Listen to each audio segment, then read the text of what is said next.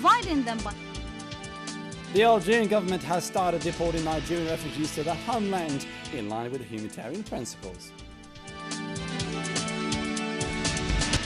New constitutional amendments are expected to be officially announced before the end of the month. Rebels from Al-Qaeda Yemeni affiliates stormed the southern port city of Aden early on Thursday, attacking several government buildings.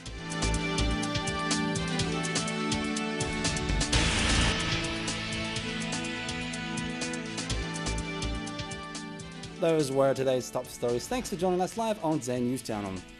Nearly 400 Nigerians have been deported back home with their family members from the province of City Eastern Algeria on Wednesday. The Algerian government provided them by all the necessary conditions. The president of the Algerian Red Cross Association said that the operation came after the Nigerian government decided to end their plight by repatriating them to the home country. Siham Saro has the details. Algeria has been supporting the African refugees suffering from the terrorist threats. In fact, nearly 400 Nigerians have been repatriated with their family members to the province of Sétif, Eastern Algeria on Wednesday, providing them by all the necessary requirements. President of the Algerian Red Cross Association declared that the operation came after the Nigerian government decided to end their suffering by repatriating them to their country. The Nigerian government decided to end the suffering of Nigerian refugees in Algeria. They have asked the Algerian government to repatriate them to their country. Moreover, 3 buses and security agents were mobilized to transport these refugees to Sétif, Eastern Algeria. The repatriation program will include some refugees who have crossed the borders in order to flee from their deplorable conditions. Prime Minister Abdelmalek Sellel said that the Nigerian nationals will be repatriated by the end of this month to southern borders of Tamanrasset, where they will be protected in a refugee center. Since December 2014, over 2,536 Nigerians were transported to the protection center of Tamanrasset before being repatriated finally to their home country. According to the Nigerian representative of human rights involved in the repatriation program, 3,000 Nigerians who sought shelter in Algeria will be repatriated in the next few months. As previously mentioned in the headlines, new constitutional amendments are expected to be undertaken shortly by the government. A decision proclaimed by the President of the Republic, Abdelaziz Bouteflika, who announced this morning that the renewed consultations on constitutional revamping will be signed with the involvement of national figures, parties, organizations and associations. Meanwhile, opposition parties are adopting a wait-and-see policy with regard to the issue. Siham Saro again. New constitutional amendments are expected to be undertaken by the government within the end of April. A decision proclaimed by President Bouteflika, who announced this morning that part of the consultations on the revision of the constitution will be discussed between the national figures, parties, organizations and associations. In fact, after creating fragments in the political scene, tensions have tremendously risen between the opposition and pro-government parties, notably the coordinating Movement for Democratic Transition, who stirred controversy, accusing the government to track the scorched earth policy. The FLN party announced on Thursday that the revision of the basic draft law was approved by the head of state. Copies of this draft were recently submitted to the presidents of both houses of parliament and the president of the Constitutional Council. Meanwhile, political opposition parties have scheduled their political issues, waiting for the official meeting for the constitution revision. Some political parties showed apprehensions towards the situation, but they maintained their intractable decision is that the democratic transition figures in the Constitution Amendment. Furthermore, the contents of the Constitution Amendment will limit presidential terms and leadership of the government by the majority party in the National People's Assembly. An official source excludes a popular referendum, affirming that the new parliamentary vote session will be opened in the middle of this month. Corruption cases in Algeria have resurfaced lately, with some major cases such as the East-West Highway and Sonatrach corruption cases that have been postponed after preliminary trials. But the Algiers Criminal Court has recently rescheduled them, putting an imminent end to numerous rumours and speculations about them. Lamia Ashouch has the details. Against all speculations, the Algiers Criminal Court announced the rescheduling of the scandalous East-West Highway and Sonatrach cases and set up the dates for each of them on the upcoming 19th of April and 7th of June, respectively. This has definitely closed the door to speculations and interpretations following the postponing of these cases during the preliminary trials, with some even assuming that this issue has been politicized.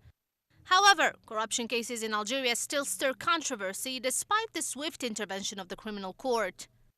Some justice and law specialists think that the corruption debate deviated from its normal political context to fall into judicial taboos. This prompted the magistrate Jamal al-Aidouni to call for the intervention of the relevant authorities to deal with this situation.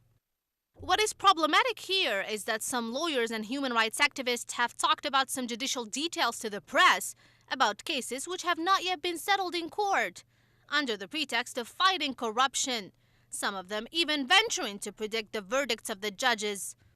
The political controversy about corruption cases put the judicial body in Algeria in an evaluative test, putting its reputation and credibility at stake, although, according to international standards, this institution should be held high and respected. Some analysts even raised the question of the confusion between the judicial institution and the Ministry of Justice, the latter considered as the executive part of the ruling government. In economy-related news now, taking the floor at the 10th Turkish Arab Economic Forum under the supervision of Turkey, the FCE President Mr. Ali Haddad asserted that the 49-51 investment rules will not hinder investment opportunities for foreign companies willing to establish businesses here in Algeria in a bid to diversify its economic potentials internationally. In an attempt to revive, industrialize and move forward with its economy, Algeria has stressed that being fearless and daring are crucial keys for Algerian entrepreneurs willing to invest in the international market. The Turkish Arab Economic Forum, which kicked off today, is a huge event. According to the latest reports, our Turkish counterparts exchange what nears to $45 billion a year with the Arab world. Through this international forum, our Turkish counterparts aimed at shoring this number up to around $150 billion of exchanges with the Arab world. As the fifth economic partner of Turkey, and in order to reinforce and strengthen the ranking of Algeria internationally, now it has become mandatory to cancel visa with the aim of enhancing economic exchanges between the two nations. The Algerian delegation put forward exceptional suggestions in 7 interesting investment sectors of activities in order to attract foreign investors, notably from Turkey, to sign joint ventures with their Algerian counterparts. Speaking at the 10th Turkish Arab Economic Forum, under the supervision of Turkey, the FCE President, Mr. Ali Haddad, asserted that the 49-51 investment rules will not hinder investment opportunities for foreign companies willing to establish businesses in Algeria. It is an Algerian-Turkish economic alliance which can help Algeria to diversify its economy, but with a clear message: the Turkish are welcome without giving any legislative concessions.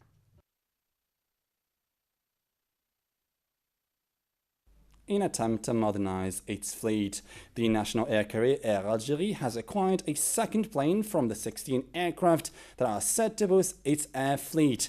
The acquired plane is an Airbus 330, first of its kind to join the fleet of Air Algérie. According to latest reports, the Airbus 330 is designed to cover long-haul flights. Moving on to a serious matter now. New military drills in the southern province of Tindouf clearly indicate the combat readiness of the Sahrawi military, just in case the political dialogue does not come up with any results.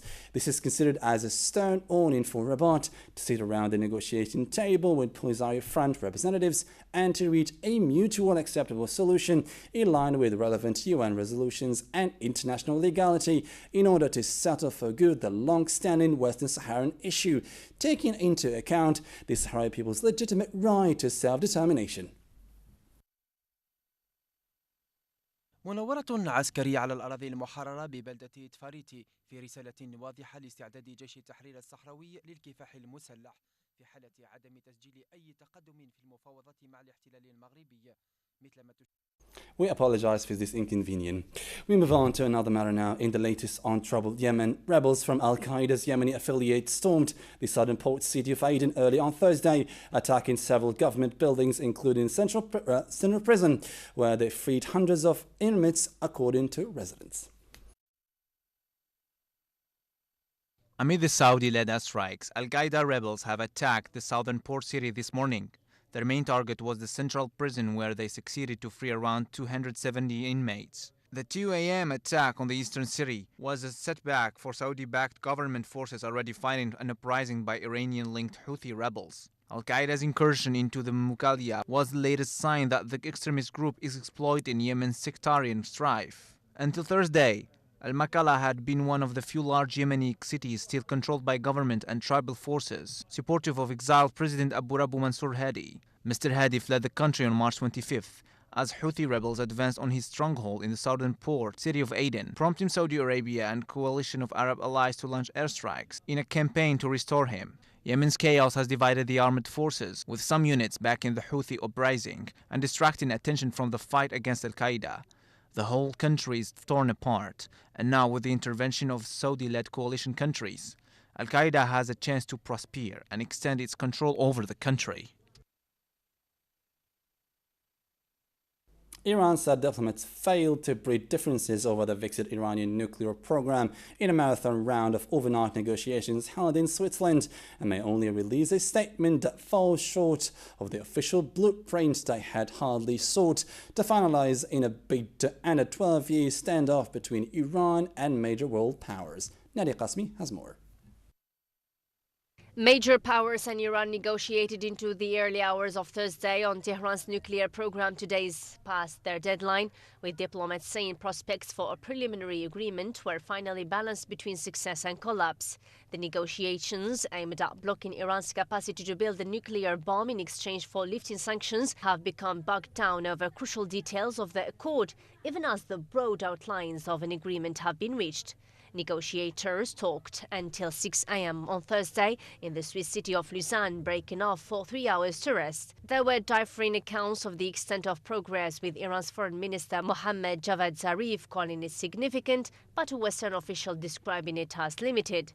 Ministers and experts shuffled from meeting to meeting overnight as talks entered their 8th day. U.S. Secretary of State John Kerry held meetings throughout the night with his Iranian chairman and French counterparts and European Union negotiator Helga Schmid. Kerry and German Foreign Minister Frank-Walter Steinmeier said they would stay at least until Thursday in an effort to seal the political agreement, a milestone towards a final pact due by the end of June.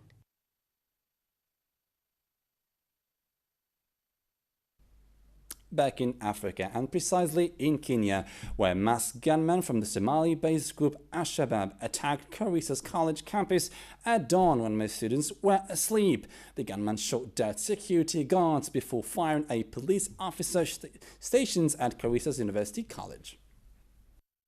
Masked gunmen from the Somali-based group Al-Shabaab attacked Garissa's college campus at dawn when most students were asleep. The gunman shot dead security guard before firing police officer stationed at Garissa's University College. Witnesses say there was panic and confusion among students. We had some gunshot and we were sleeping, so it was around 5, and guys started jumping up and down, running for their lives. But it's unfortunate that where they were going to is where the gunshots were coming from. So this made the guys to find some hideouts in the field. So when we went there, we went to the field. sat there, and the gunshot continued, and this made us to run to the fence so that we can get our way out from the school. I've even run naked because we were not even given time to know what is happening. Al-Shabaab say they are holding the students hostage. Kenya's military has been deployed to Kurisas. The town is close to the border with Somalia. Al-Shabaab has carried out numerous attacks across Kenya. In September 2014, Al-Shabaab stormed the west gate of shopping mall in Nairobi and killed 67 people. In May last year, 2 explosions hit the city of Mombasa. In June, gunmen killed 40 people in the coastal town of Mpakitoni. They opened fire in a hotel bar as people watched the World Cup on television. And in November, gunmen attacked a bus in Mandera near the Somali border. 28 people died. There have been numerous other attacks in Kenya. President Uhuru Kenyatta says his country is fighting what he calls a war on terrorism. In February, teachers from Garissa took part in a protest in the capital Nairobi, calling the governments to deploy more soldiers and police officers in areas where attacks are frequent. But this latest incident may cause more Kenyans to lose faith in the government and how it's handling the security situation. Back to local news now. The province of Saida in Western Algeria is hosting a festival devoted to the celebration of reading, a yearly festival aimed at enriching the children's knowledge during the spring vacation break with on-schedule diverse interactive reading and writing activities while keeping them entertained. Hinsa Manaras has the full story. The cultural festival celebrating reading still carries on in the province of Saida, underlining cultural, educational, along with interactive programs all over the municipalities of the province, keeping children entertained during spring break. We learned how to use Muppets and also learned some theater skills.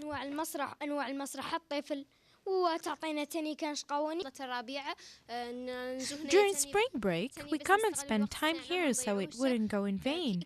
We read and have fun at the same time, just like in school. In this year's edition, organizers emphasized on educational programs in addition to a national book fair hosted by the main library. We made sure to grant pedagogical workshops more importance whether in the field of writing or reading, as well as some interactive activities like theatrical plays and a book fair. The festival still takes place in Saida to encourage reading and writing activities amongst children nowadays in these deserted knowledge spaces. Let's shift now to the fascinating music world. Playing music enhances gene activities related to memory, learning, motor behavior, and dopaminergic neurotransmission, a new study says. A Finnish research group carried out a study on musicians from a professional orchestra and music university. The Science Daily website reported on Friday. More details with Mohammed Barzwan.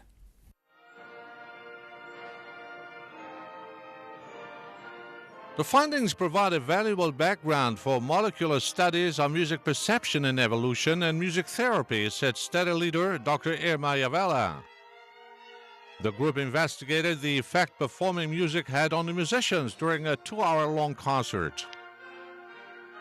The studies reveal that some of the activated genes are known to be involved in biological pathways such as calcium homeostasis and iron homeostasis, which are vital to neuronal functions and survival.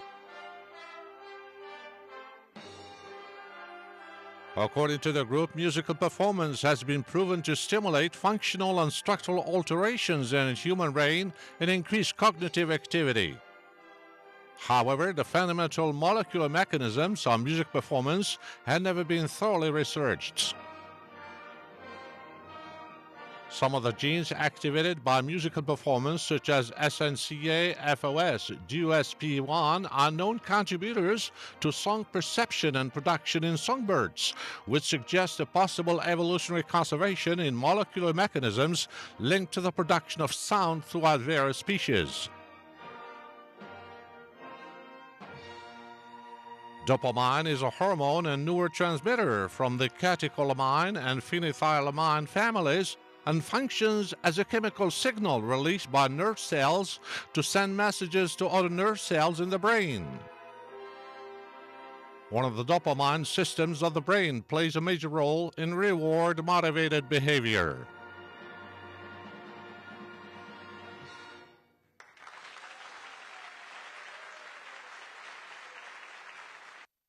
Still with the realm of music and entertainment, we focus now on Mr. Francis Albert Frank Sinatra, who is an iconic American singer, actor, movie director and producer. To celebrate his 100th birthday anniversary, a high-profile documentary has just been released that largely dwells on his eventful life and his outstanding artistic career. Shaki Bluishi again.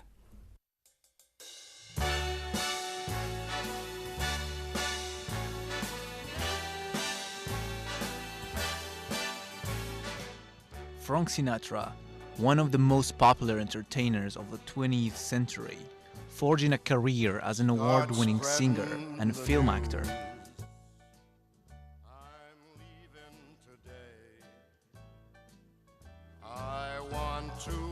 Frank Sinatra rose to fame singing big band numbers. In the 40s and 50s, he had a dazzling array of his songs and albums and went on to appear in dozens of films. Winning an Oscar for From Here to Eternity, he left behind a massive catalog of work that includes tunes like Love and Marriage and New York, New York. Between 1943 and 1946, Sinatra's solo career blossomed, as the singer charted 17 different top 10 singles.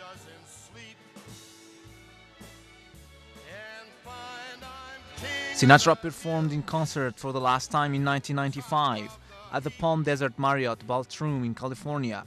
On May 14, 1998, Frank Sinatra died of a heart attack at Los Angeles Cedars Sinai Medical Center. He was 82 years old and had at last faced his final curtain.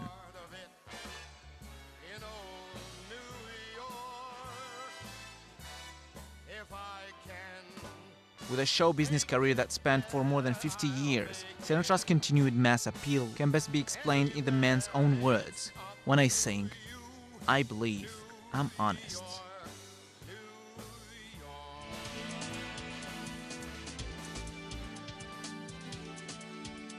And with the amazing music of Frank Sinatra, we come to the end of our news in English brought to you from Dzair News Channel. Thank you for stopping by.